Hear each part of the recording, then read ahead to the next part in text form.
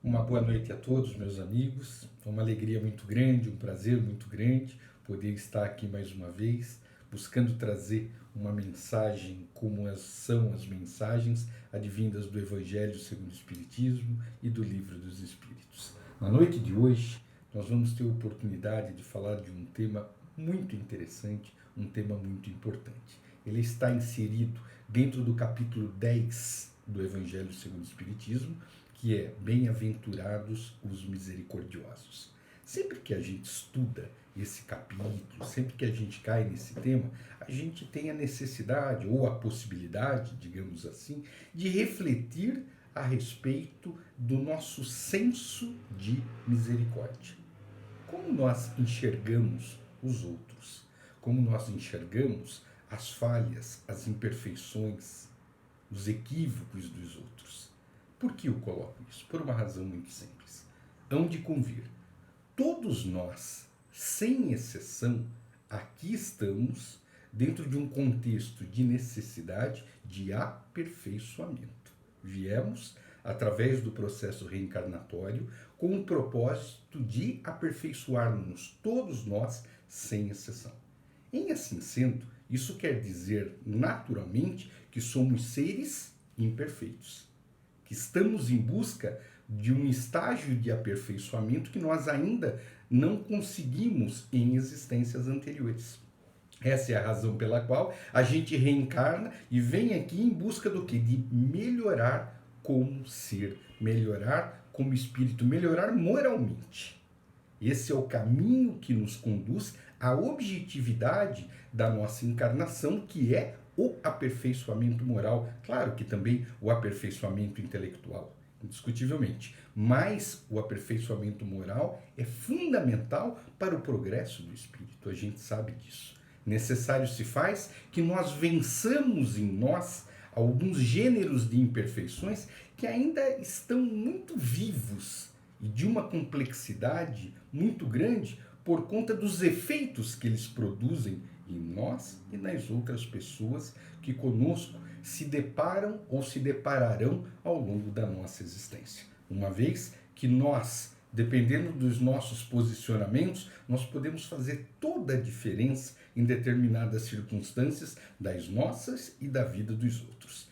E então, a gente entra nesse momento no tema de hoje.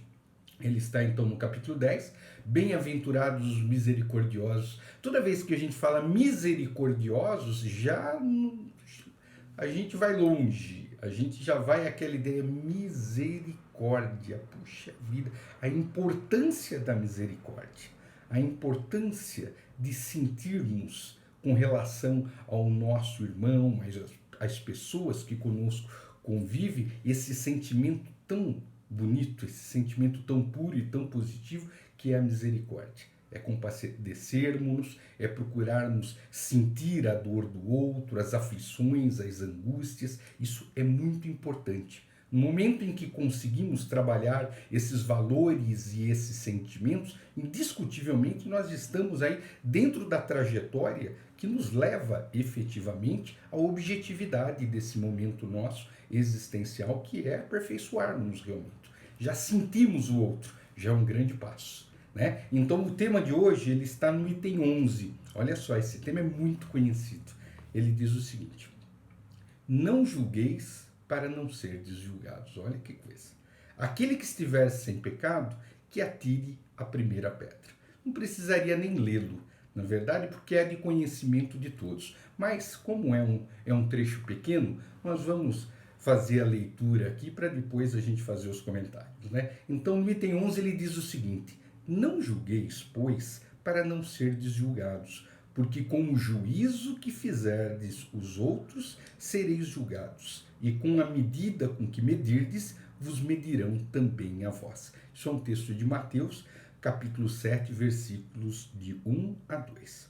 O item 12, ele fala o seguinte, aí então entra na história oficialmente dita, né, do atirem a primeira pedra. Então lhe trouxeram os escribas e os fariseus uma mulher que fora apanhada em adultério, e a puseram no meio e lhe disseram: Mestre, essa mulher foi agora mesmo apanhada em adultério. E Moisés, na lei, mandou apedrejar a essas tais. Qual é a vossa opinião sobre isso? Diziam, pois, os judeus, tentando para o poderem acusar. Olha que coisa, não? Eles, na verdade, eles colocavam Jesus em várias circunstâncias. Eles tentavam de todas as formas extrair dele algum momento de imperfeição, alguma falha, algum comentário ruim, algum comentário mais complexo para incriminá-lo, para fazer com que ele fosse visto como de fato eles queriam que ele fosse visto, que era alguém perigoso, alguém que fosse revolucionário contra o governo, mas Jesus não era nada disso, né? Então o texto continuando diz o seguinte: Jesus, porém, abaixando-se, pôs-se a escrever com o dedo na terra. E como eles perseveraram em fazer-lhe perguntas, ergueu-se-lhe Jesus e disse-lhes: aquele dentre vós que estiver sem pecado, atire-lhe a primeira pedra. E tornando a baixar-se, escrevia na terra. Mas eles, ouvindo, foram saindo um a um, sendo os mais velhos os primeiros. E ficou só Jesus com a mulher que estava no meio, em pé. Então, erguendo-se, Jesus lhe disse: mulher, onde estão os que te acusavam? Ninguém te condenou? Respondeu ela. Ninguém, ela responde. Senhor, então Jesus, naquele momento, ele disse para ela o seguinte: nem eu tampouco te condenarei. Vai e não peques mais. Olha que coisa. Quem tiver sem pecado, que atire a primeira pedra.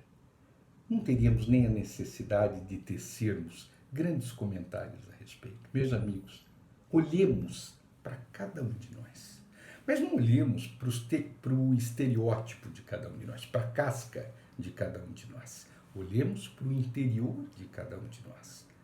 Exatamente aquilo que vai nos nossos pensamentos. Quais são os nossos sentimentos? Quais são os níveis de falibilidade, da nossa capacidade de falharmos, de equivocarmos? Nós sabemos que é ampla, é de natureza ampla.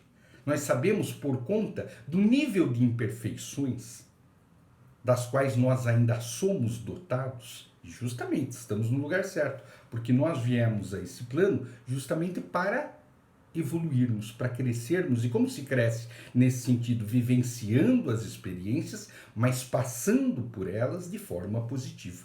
É para isso que nós reencarnamos. E é nesse sentido que o convite de reflexão ele faz com que nós observemos o seguinte: como? Essa é a propositura de Jesus. Se alguém estiver sem pecado, que atire a primeira pedra. Olhemos para nós o quanto de imperfeições, o quanto de falhas nós temos ainda em nós, para que nós sejamos tão duros, tão reticentes como os nossos semelhantes, sejam eles quem forem. Não importa. Isso não quer dizer, na verdade, que nós devemos ou poderíamos, na verdade, concordar com todos os erros, com todos. Não é isso que se diz. É o grau de observância que temos das falhas alheias, sendo nós seres ainda tão imperfeitos, com um grau tão grande de capacidade de equivocarmos. E nós sabemos que nós erramos de uma forma tão comum, tão frequente no nosso dia a dia. Nós sabemos disso. Nós sabemos que nós temos ainda uma trajetória significativa.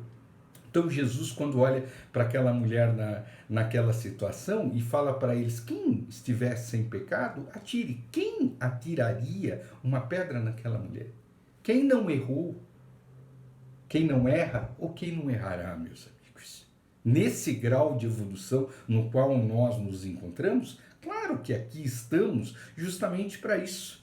E em sendo assim, necessário se faz, então, que nós compreendamos o nosso grau, o nosso nível de imperfeição, e em assim sendo, nós conseguirmos enxergar como é que eu posso ser tão duro com as pessoas, como é que eu posso ser tão reticente nos meus pontos de vista, principalmente no que diz respeito ao meu próximo, quando, na verdade, muitas vezes, talvez eu tenha cometido erros de naturezas muito mais amplas do que aquele ou aqueles a quem eu costumo julgar. Olha que perigo que é. né? É um risco muito grande nós nos colocarmos, moralmente falando, perante a sociedade, está tudo certo. Aqueles comentários que nós fazemos, e o fulano, e aquele ali, ó, fala disso, fala daquilo, fala daquele outro, faz dentro de um contexto de natureza social, isso parece a coisa mais normal do mundo. Quem de nós gosta de ser acusado? Quem de nós gosta de ser injustiçado? É assim que a gente se sente quando nós estamos numa situação dessa natureza, a exemplo dessa mulher. Talvez, conta a história, ela tenha cometido algum erro, ela tenha cometido a falha. Quem de nós tem esse poder de juízo e de condenação tão dura, tão severa? E esse poder que nós supomos ter quando nós acusamos, quando nós maldizemos os outros, ele nos leva aonde? Nos leva aqui. Veja, lembremos, nós somos seres que tivemos uma oportunidade extraordinária através do processo reencarnatório de virmos a um plano com essas características, justamente para deixarmos esse padrão de pensamento e de sentimento para trás. E chegando aqui, diante das circunstâncias, eu me torno um maior julgador. Eu tinha um textozinho que ele dizia o seguinte: julgar significa, olha só, decidir como juiz ou árbitro, sentenciar, entender, avaliar, formar juízo, lavrar ou pronunciar sentenças e apreciar. Olha só como nós somos capazes de enxergar as falhas e as imperfeições alheias. Mas e as nossas? E as nossas? Será que nós quereríamos que atirassem pedras em nós quando dos nossos erros e das nossas falhas? Ou nós não as cometemos? Se não as cometemos, está tudo certo, então, verdade. Agora, claro que nós as cometemos. E quando nós erramos, quando nós falhamos, o que nós esperamos? A compreensão dos outros. A brandura no olhar, a brandura na observância do nosso equívoco, do nosso erro, da nossa falha. Ou seja, nós queremos ser compreendidos, mas não somos muitas vezes capazes de compreender. No momento em que diante dessas circunstâncias estamos, e muitas dessas circunstâncias, elas são para nós justamente provas colocadas diante de nós para que nós possamos, através do livre-arbítrio, fazer as nossas escolhas. E no mais das vezes, meus amigos, quais são as escolhas que fazemos nesse sentido? Nós abaixamos, pegamos a maior pedra que tiver e atiramos naquele a quem nós queremos agredir. Esse é o termo. Mas ele errou. Claro que ele errou. Quem de nós não erra? O ensinamento do mestre, nesse sentido, é mostrar o nível de imperfeição de natureza coletiva e não de natureza tão somente individual. Absolutamente.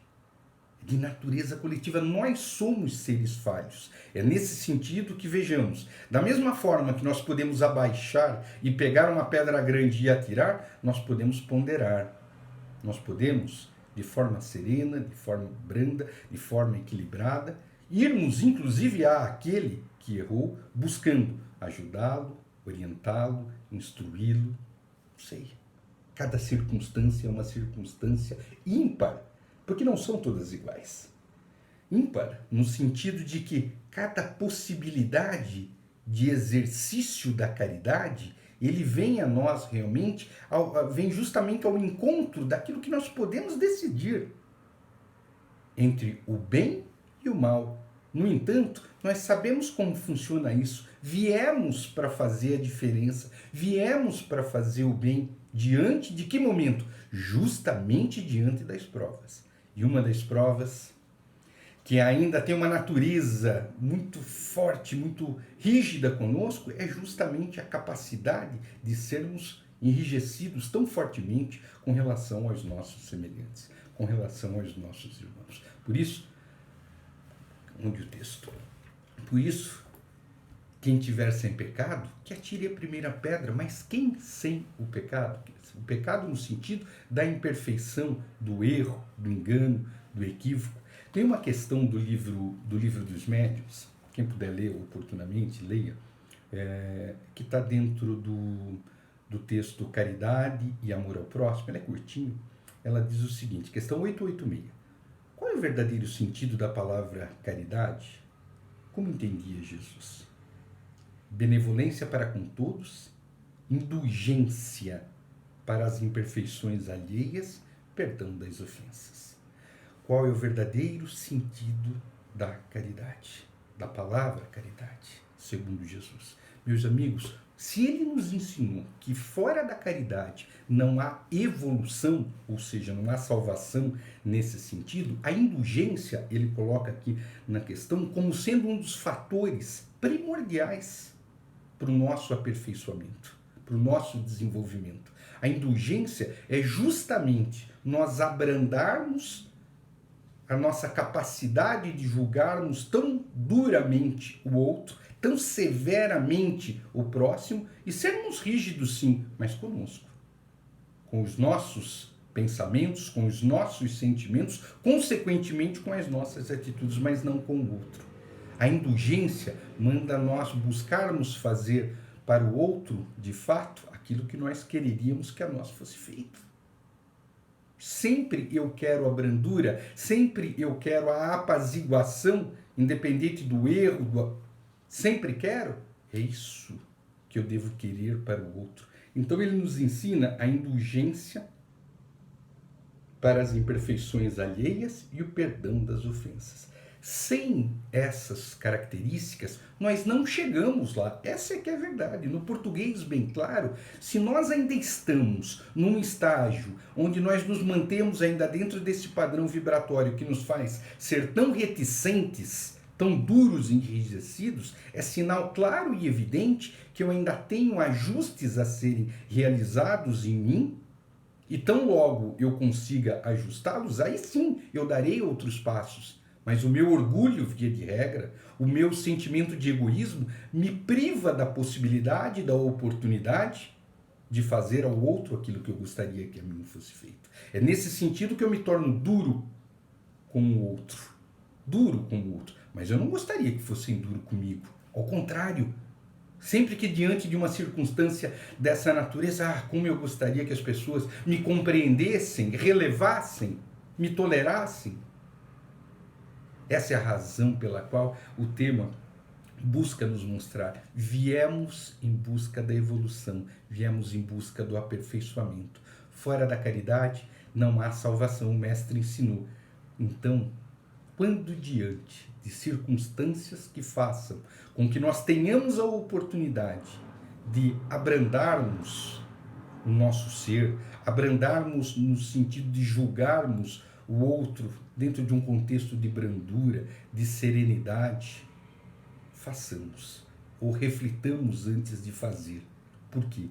Porque nós temos de verdade que compreender que sentimentos maiores são os que nos conduzem àquilo que viemos buscar, que é evoluir, que é o progresso. E os sentimentos menores, ele nos retém nesse estágio de aprendizado, de provas e de expiações. Então, tudo está ao nosso alcance. No entanto, diante das provas, diante das expiações, antes de agir, reflitamos. Eu gostaria que agisse comigo dessa forma? Não, eu não gostaria. Então, tenhamos a indulgência como princípio básico, como princípio essencial de seres, a exemplo de cada um de nós, tão necessitados ainda de crescimento, de desenvolvimento e de evolução. O Evangelho nos traz uma mensagem que é um convite para compreendermos a necessidade de irmos aos poucos abrandando a nossa alma, levando o nosso melhor, o melhor da nossa potencialidade, que é o amor, mas diminuindo sensivelmente esses ímpetos de julgar, de acusar e de fazermos com que os outros, e fazendo com que os outros se tornem, aos olhos de todos, como seres, às vezes, muito mais complexos do que de fato eles são. Sejamos indulgentes, sejamos tolerantes, perdoemos. Esse é o caminho ensinado pelo nosso Mestre Jesus. Por hoje é só. Eu agradeço muito, mais uma vez, a oportunidade, a nós dada pelo Centro Espírita de Olindo Alves, e dentro de alguns dias estaremos juntos novamente para um novo vídeo. Muito obrigado, uma boa noite a todos.